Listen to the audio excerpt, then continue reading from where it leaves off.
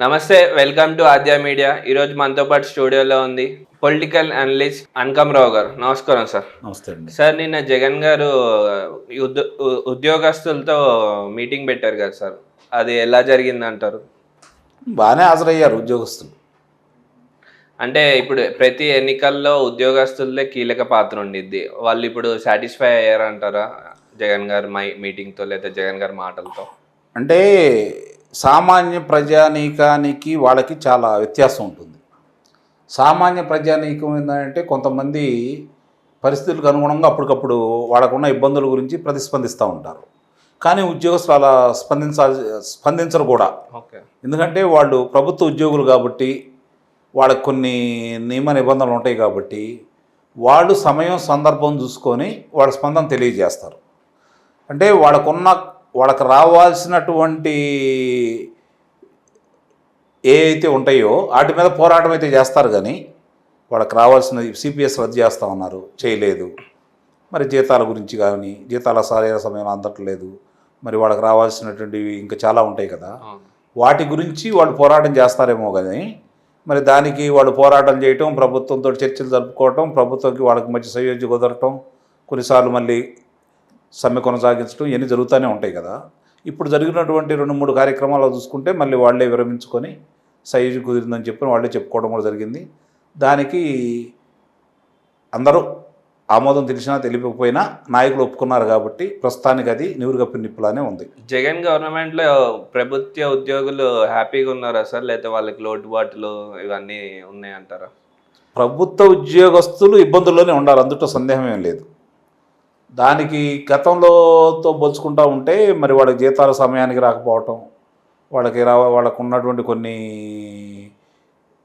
ప్రభుత్వం కల్పించినటువంటి రాయితీల్ని ఇతను కొనసాగించకపోవడం మనం ఇంటనే ఉన్నాం సార్. 4-5 నెలలు 8 నెలల వరకు నుంచి శాలరీలు రావట్లేదు అని. అంటే కొంతమందికి అందట్లేదు, కొంతమందికి అందుతూ ఉన్నాయి. అది 1వ తారీఖు నుంచి 30వ తారీఖు లోపు ఏదైనా వాళ్ళ లెక్క, ఏదో ఒక రోజు వాళ్ళకి వెళ్తూ ఉన్నాయి. కాబట్టి ఇక్కడ ఆలోచించుకోవాల్సింది ఏంటంటే ఉన్నత ఉద్యోగస్తులు చాలామందికి వాళ్ళకి పెద్ద ఇబ్బందులు ఉండవు. ఎందుకంటే ఒక కలెక్టర్ గారు ఉంటారు, ఆయనకు బంగ్లా ఉంటుంది. ఇట్లా కొంతమందికి వాళ్ళకి ప్రభుత్వం అన్ని సౌకర్యాలు కల్పిస్తూ ఉంటుంది. కానీ క్రింద స్థాయి ఉద్యోగులు కొంతమంది, మధ్యస్థాయి ఉద్యోగులు కొంతమందికి ఏంటంటే అందరూ వాళ్ళకి నివాస యోగ్యానికి అనువుగా సొంత ఇళ్ళు ఉండవు, అద్దీంట్లోనే వాళ్ళు ఉండాల్సి వస్తుంది. మరి ప్రతి నెల అద్దె కట్టాలా. అలాగే వారికి వాహనాలు కొనుక్కున్నా కూడా మరి ప్రతి నెల ఈఎంఐలు కట్టుకోవాలి. మరి ఇంట్లో అవసరాలకి ఈఎంఐలు తెచ్చుకుంటూ ఉంటాను. ఎందుకంటే ప్రతి నెల నాకు ఇంత వస్తుంది కాబట్టి ఇన్ని ఖర్చులు బాను, నేను ఈఎంఐలు కట్టుకుంటే నాకు ఈ మిగులుతాయి అనే ఉద్దేశంతో వాళ్ళ ప్లానింగ్ తోటి వాళ్ళు వెళ్ళిపోతూ ఉంటారు. పక్క ప్రణాళికబద్ధంగా వాళ్ళు వెళ్ళిపోతూ ఉంటారు. ఇవాళ పరిస్థితి ఎలా ఉందంటే చాలామంది ఉద్యోగస్తులకి అనుకున్న సమయానికి 1వ తారీఖు నుంచి 30వ తారీఖు కొన్ని నెలలు కూడా కొంతమందికి ఆలస్యం అవుతుంది. కాబట్టి వాటన్నిటి దృష్టిలో పెట్టుకొని అందరూ కక్కలేక మింగలేక అప్పులు చేసుకుంటూ చాలామంది చాలా ఇబ్బందులు పడుతూ ఉన్నారు. దానికి ఇంకో కారణం ఏంటంటే ఈ పెరిగిన రేట్లు, నిత్యావసర వస్తువుల ధరలు కావచ్చు, అలాగే మరి పెట్రోల్ డీజిల్ ధరలు కావచ్చు. వీటి ప్రభావం సామాన్య ప్రజానీకం మీద అయితే ఎలా ఉందో మధ్యతరగతి ఉద్యోగస్తుల మీద కూడా నిస్సందేహంగానే అట్లనే ఉంటుంది.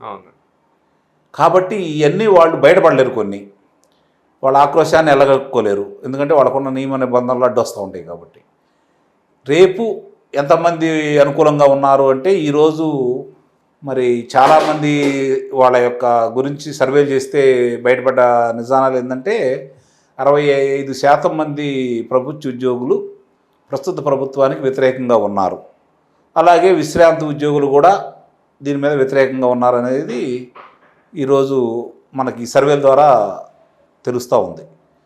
మరి అది ఎన్నికల నాటికి పెరుగుతుందా తరుగుతుందా, ఎన్నికల నాటికి మరి వీళ్ళని ప్రసన్నం చేసుకుంటాడా ముఖ్యమంత్రి, లేకపోతే వీళ్ళు ఇంకా తిరగబడతారనేది చూడాలి. అంటే ఉద్యోగస్తులకి సరైన టైంకి శాలరీలు ఇవ్వకపోవడం కారణం అంటారా, లేకపోతే ఏం కారణం అంటారు వాళ్ళు వ్యతిరేకత చూపించడానికి? అంటే ఇక్కడ 2 కారణాలండి. ఉద్యోగస్తుల్ని కట్టుబనిసలుగా చూస్తున్నారు వీళ్ళు. మేము చెప్పిందే మీరు చెయ్యండి. ఇప్పుడు పోలీసు ఉద్యోగస్తుల్ని తీసుకుందాం. మరి అక్రమ కేసులు పెట్టేసి లేకపోతే నాయకుల్ని నిర్బంధించాల్సి వచ్చినప్పుడు నాయకుల్ని అదుపులో తీసుకోవాలన్నప్పుడు వాళ్ళు ఏ విధంగా వాళ్ళ మీద ప్రయోగం చేస్తున్నారు, వాళ్ళ మీద ఎలాంటి ఒత్తిడి తీసుకొస్తున్నారు, అలాగే ఏదన్నా ఒక నిరసన కార్యక్రమాలప్పుడు ఏ విధంగా చేస్తున్నారు, ఇవన్నీ దృష్టిలో పెట్టుకున్న తర్వాత వాళ్ళు అసంతృప్తి నిస్సందేహంగా ఏంటి వాళ్ళకి మానవత్వం ఉంటుంది కదా. అందరు కాకపోయినా అందరూ అనుకూలంగా కాకపోయినా కొంతమంది అయినా దానికి ఆలోచిస్తారు కదా. ఆలోచించే వాళ్ళు నిస్సందేహంగా ఈ ప్రభుత్వం మీద వ్యతిరేకత అనేది ఉంది. ఇక మిగిలిన వాళ్ళని చూసుకుంటా ఉంటే వాళ్ళ పరిస్థితి ఇప్పుడు ఎక్కడ పట్టినా నిత్యావసర వస్తువుల ధరలు పెరిగిపోవటం, స్థానిక అవసరాలు పెరిగిపోవటం, పిల్లల చదువుల రేట్లు పెరిగిపోవటం, మరి రవాణా ఛార్జీలు పెరిగిపోవటం, ఇవన్నీ దృష్టిలో పెట్టుకున్న తర్వాత వాళ్ళకి వచ్చే జీతాలు టీఎల్డీలు కట్ అయిపోతున్నాయి, సరిగ్గా అందకపోవటం, ఇవన్నీ దృష్టిలో పెట్టుకున్న తర్వాత వాళ్ళు చాలా ఇబ్బందులు పడుతున్నారు, అప్పులు చేస్తున్నారు చాలామంది కూడా. దానికి వాళ్ళు మనసులో అందరూ కొంచెం ఈ ప్రభుత్వం మీద వ్యతిరేకత భావంతో ఉన్నారు. దాన్ని ఎన్నికల నాటికి వాళ్ళు చూస్తారనే ఉద్దేశంతో రేపు ఎన్నికల్లో కూడా సచివాలయ ఉద్యోగుల్ని వాలంటీర్లను పెట్టాలని ఈ ప్రభుత్వం ప్రయత్నం చేసింది. దానికి ఎన్నికల సంఘం వాలంటీర్లు దీంట్లోకి అనుమతించకుండా వాళ్ళు ఆపడం కూడా జరుగుతూ ఉంది. అంటే వీళ్ళ మీద నమ్మకం లేకే కదా ప్రభుత్వానికి. ఇప్పటివరకు జరిగిన కార్యక్రమాల్లో ప్రభుత్వ ఉద్యోగులే పాల్గొనేవాళ్ళు కాబట్టి వాళ్ళ మీద నమ్మకం లేకే కదా వీళ్ళు మళ్ళీ సచివాలయ ఉద్యోగస్తులు తీసుకురావాలని ప్రయత్నం చేస్తుంది. అది వాళ్ళకు కూడా అర్థమైపోతుంది కదా, ఇటు మన నమ్మనాళ్ళకి మనం ఎందుకు చేయాలనే ఆలోచన వాళ్ళకు కూడా వచ్చారని చెప్పి వాళ్ళ సర్వేలో వాళ్ళకు ఉన్నటువంటి సమాచారం అది కూడా బహిర్గతం అవుతుంది కాబట్టి ఇలాంటి కార్యక్రమాలు.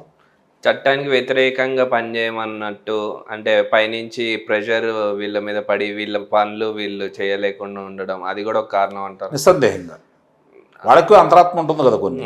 ఇప్పుడు ప్రభుత్వం పెద్దలు చెప్పింది చేయాలి, చేయాల్సినప్పుడు మంచి చెడు అనేది నిర్ణయం అనేది కొంతమంది బలిపస్తులు వీళ్ళు అవుతూ ఉంటారు. స్థానికంగా ఎదుర్కొనేది వీళ్ళే కదా. అవును, వాళ్ళు అనుమతిస్తారు పలానా పని చేయండి అని చెప్పని, లేకపోతే వాళ్ళు ఆదేశిస్తారు ఆ పనులు చేయండి అని, కానీ చేయాల్సింది వీళ్ళే కదా.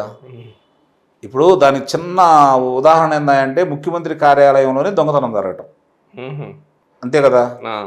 మరి ముగ్గురిని ఏదో వాళ్ళు నిధుల్ని దుర్వినియోగం చేశారని వాడుకోవడం జరిగిందని చెప్పని మరి వాళ్ళని కూడా అదుపులో తీసుకోవడం కూడా జరిగింది కదా. అంటే ముఖ్యమంత్రి కార్యాలయ పరిసరాల్లోనే అలా జరిగిందంటే కిందలో ఏ స్థాయికి ఉందనేది అర్థం చేసుకోవచ్చు కదా. అవును, అంటే ఇప్పుడు ఎలక్షన్స్ రిజల్ట్లో ప్రభుత్వ ఉద్యోగులు ఎంత పాత్ర ఉంటుంది అంటారు సార్? వాళ్ళ గణనీయంగానే ఉంటుంది, వాళ్ళకి అనుమానమే లేదు. ఎందుకంటే అంతర్లీనంగా కనుక వాళ్ళు వ్యతిరేకత చేస్తూ ఉంటే దాని ప్రభావం చాలా ఉంటుంది. ప్రభుత్వాన్ని సమర్థిస్తే ప్రభుత్వానికి చాలా అనుకూలంగా ఉంటుంది, కానీ ప్రభుత్వానికి వ్యతిరేకంగా వాళ్ళు కనుక తీర్పిస్తే చాలా దారుణమైన ఫలితాలు వస్తాయి. ఓకే అండి, థ్యాంక్ యూ అండి.